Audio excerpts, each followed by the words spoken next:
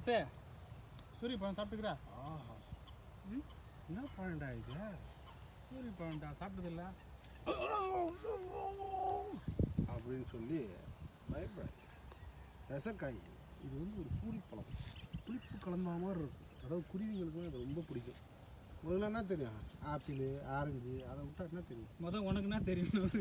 இங்கே பாருங்க, மிளகு மாதிரி இருக்குதா? ஸோ இது வந்து இந்த பழம் வந்து சூப்பராக இருக்கும், சூரிய பழம். ஸோ இதை அப்படியே எடுத்து புளிப்பாக சூப்பராக இருக்கும். இங்கே வாங்கலாம், நான் காட்டுறேன் வாங்க. உங்களுக்கு பழம் தெரியுதா?